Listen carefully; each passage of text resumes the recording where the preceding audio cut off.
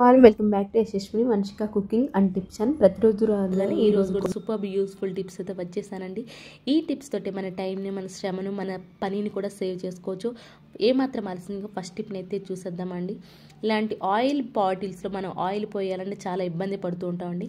ఎందుకంటే దాని క్యాప్ అనేది ఇలా చిన్న రంధ్రం ఉంటుంది కదా, కాబట్టి మనం టీ స్టెయినర్తో పోయాలన్నా కూడా స్టెయినర్ మొత్తం అంటుతూ ఉంటుంది, సరిగా పోకుండా కింద పడిపోతూ ఉంటుంది. అలా కాకుండా సింపుల్గా కొబ్బరికాయని మనం దేవుడి దగ్గర కొట్టినప్పుడు ఇలా ఒక కొబ్బరి చిప్పను అయితే ఉంచేసేయండి. సూపర్ యూస్ఫుల్ టిప్ అండి. నిజంగా అది మనం స్టెయినర్ అయితే మళ్ళీ ఆయిల్గా ఉంటుంది, దాన్ని కడగాలి. అలా కాకుండా ఈ కొబ్బరి చిప్పలో పోసామంటే పక్కకు పోనే పోదు. అట్ ద సేమ్ టైము కొబ్బరి చిప్ప ఇందులో సమ్మర్ ఏమో కానీ నేను పోసిన వెంటనే ఆరిపోయింది. దీన్ని క్లీన్ చేయాల్సిన ఇంకో పని, శ్రమ కూడా మనమైతే సేవ్ చేసుకోవటమే. ఇలాంటి టిప్స్ మన ఛానల్లో చాలా ఉంటున్నాయి కాబట్టి మీరు ఒకసారి ఛానల్లోకి వెళ్ళండి, విజిట్ చేయండి. మీకు నచ్చితేనే సబ్స్క్రైబ్ చేసుకోండి. ఐ హోప్ ఈ టిప్ నచ్చిందని అనుకుంటున్నాను. నెక్స్ట్ టిప్ వచ్చేసి మనం బట్టలు కాటన్వి కానీ ఇవన్నీ కలర్ పోతూ ఉంటాయి కదా, అలా కలర్ పోకుండా ఉండాలి అంటే ఈ చిన్న టిప్ని అయితే ట్రై చేయండి. బట్టలు తీసుకొచ్చిన వెంటనే ఏదైతే కలర్ పోతుందో మనకు కొంచెం తెలుస్తుంది కదా, వాటర్ తీసుకొని బేకింగ్ సోడా ఒక స్పూన్ లేదంటే నార్మల్ సాల్ట్ అయినా వేసేసి ఒక్కసారి ఇలా వాటర్లో పెట్టేసి తర్వాత మీరు ఆరపెట్టేసి వేసుకోండి. కలర్ అనేది కొంచెం కూడా పోకుండా ఉంటుందండి. ఒకసారి మీరు నార్మల్ వాటర్లోనే పెట్టేసండి, ఏమో హాట్ వాటర్ కూడా ఏమో అవసరం లేదండి. జస్ట్ కొంచెం సాల్ట్ లేదంటే బేకింగ్ సోడా ఈ రెండు వేసి పెట్టేసేయండి, మీకు కలర్ అనేది పోకుండా ఉంటుంది. ఐ హోప్ ఈ టిప్ కూడా నచ్చిందని అనుకుంటున్నాను. అండ్ నెక్స్ట్ టిప్ వచ్చేసి ప్రతి ఒక్కరికి బాగా ఉపయోగపడే టిప్ ఇది.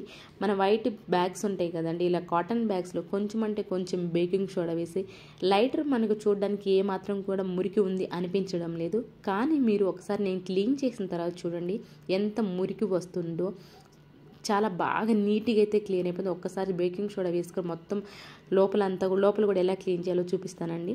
మొత్తం నీట్గా క్లీన్ చేస్తాను. చూసారా ఎంత మురికిగా కనిపిస్తుందో, అలా మురికి వస్తుంది. ఇలాంటి టిప్స్ ట్రిక్స్ మన ఛానల్లో చాలా ఉంటున్నాయండి. మీరు ఒకసారి ప్రీవియస్ వీడియోస్లో కూడా వెళ్ళండి, చూడండి. మీకు నచ్చితేనే సబ్స్క్రైబ్ చేసుకోండి. అండ్ యూస్ఫుల్గా అనిపిస్తే మాత్రం ప్లీజ్ ఒక లైక్ అయితే ఇచ్చేసేయండి. మన సబ్స్క్రైబర్స్ కూడా ఒక లైక్ అయితే ఇచ్చేసేయండి. లోపల క్లీన్ చేస్తున్నానండి నేను. ఒక బడ్ ఉంటుంది, ఇయర్ బడ్ తీసుకొని దానికి కూడా బేకింగ్ సోడా అప్లై చేసేసి లోపల కూడా చూసారా అసలు ఎంత ఉందో, నీట్గా క్లియర్ అయిపోతుంది. లోపల ఈ మట్టి ఉండడం వల్ల ఏమవుతుందంటే మన లైటర్ అనేది త్వరగా పాడైపోతూ ఉంటుంది. అలా పాడవకుండా ఉండాలంటే ఇలా నీట్గా అయితే క్లీన్ చేసేసుకొని మనకి త్వరగా అయితే పాడవకుండా ఉంటుంది. అండ్ నెక్స్ట్ టిప్ వచ్చేసి ముఖ్యంగా ఇలాంటి లైట్ కలర్స్లో ఉన్న షూస్ ఏవైనా కానివ్వండి, త్వరగా మురికి పడుతూ ఉంటాయి. అలా త్వరగా మన వాడుకోలేకుండా షూ ర్యాక్లో పెట్టామనుకోండి, అవి మురికి పట్టకుండా ఉండాలి అంటే ఈ చిన్న టిప్ని అయితే ట్రై చేయండి. పాత సాక్స్ ఏదైనా ఉంది అనుకోండి, దానికి తొడిగేసేయండి. ఇవి త్వరగా అనేది మురికి పట్టకుండా అయితే ఉంటాయి. ఇవి యూస్ఫుల్గా అనిపిస్తే మీ ఫ్రెండ్స్ అండ్ ఫ్యామిలీకి కూడా షేర్ చేయండి. మీకు ఈ టిప్స్లో ఏది బాగా నచ్చుతుంది అనేది కూడా నాకు కమెంట్ బాక్స్లో కమెంట్ చేయడం అసలు మర్చిపోకండి. అండ్ నెక్స్ట్ టిప్ వచ్చేసి ది బెస్ట్ యూస్ఫుల్ టిప్ అండి. మనం గ్యాస్ పైన ఆయిల్ మరకలు పడినాయి అనుకోండి, దాన్ని క్లీన్ చేయాలంటే వాటర్ కూడా పెట్టాల్సిన అవసరం లేదు. ఎందుకంటే మనం రెగ్యులర్గా వాటర్ పెట్టినా కానివ్వండి, బర్నర్స్ అనేవి వాటర్తో తడిచి త్వరగా పాడైపోతూ ఉంటే గ్యాస్ కూడా త్వరగా పాడైద్ది. అలా కాకుండా సింపుల్గా ఇలా ఆయిల్ ఎక్కువ పడింది అనుకోండి, నాకు ఓన్లీ ఆయిల్ మరకలే పడినాయి చూడండి.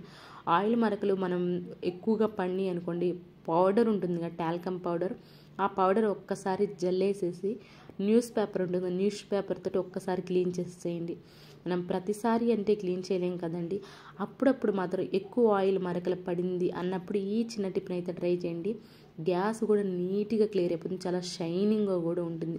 నేను ఒకసారి న్యూస్ పేపర్తో నీట్గా క్లీన్ చేసిన తర్వాత టిష్యూ పేపర్ ఉంటే టిష్యూ పేపర్, న్యూస్ పేపర్ ఉంటే న్యూస్ పేపర్ క్లీన్ చేసిన తర్వాత ఒక పాత క్లాత్ ఏదైనా ఉంటుంది ఆ క్లాత్ నీట్గా తుడిచేయండి. మీకు చూపిస్తున్నాను చూడండి. ఫస్ట్ ఎంత జిడ్డుగా ఉన్నది కూడా ఆయిల్ మరకలు కూడా నీట్గా క్లియర్ అయితే పౌడర్ తోటి చాలా షైనింగ్గా కూడా అనిపిస్తాయి. At the same time back side కూడా మీ టైల్స్ జిడ్డుగా అనిపించినప్పుడు ఈ చిన్న టిప్ని అయితే ట్రై చేయండి, మీకు ఖచ్చితంగా వర్క్ అవుతుంది. ఆయిల్ పైన పౌడర్ వేసి చూడండి, ఈజీగా అయితే మరకలు అనేవి ఉండవు.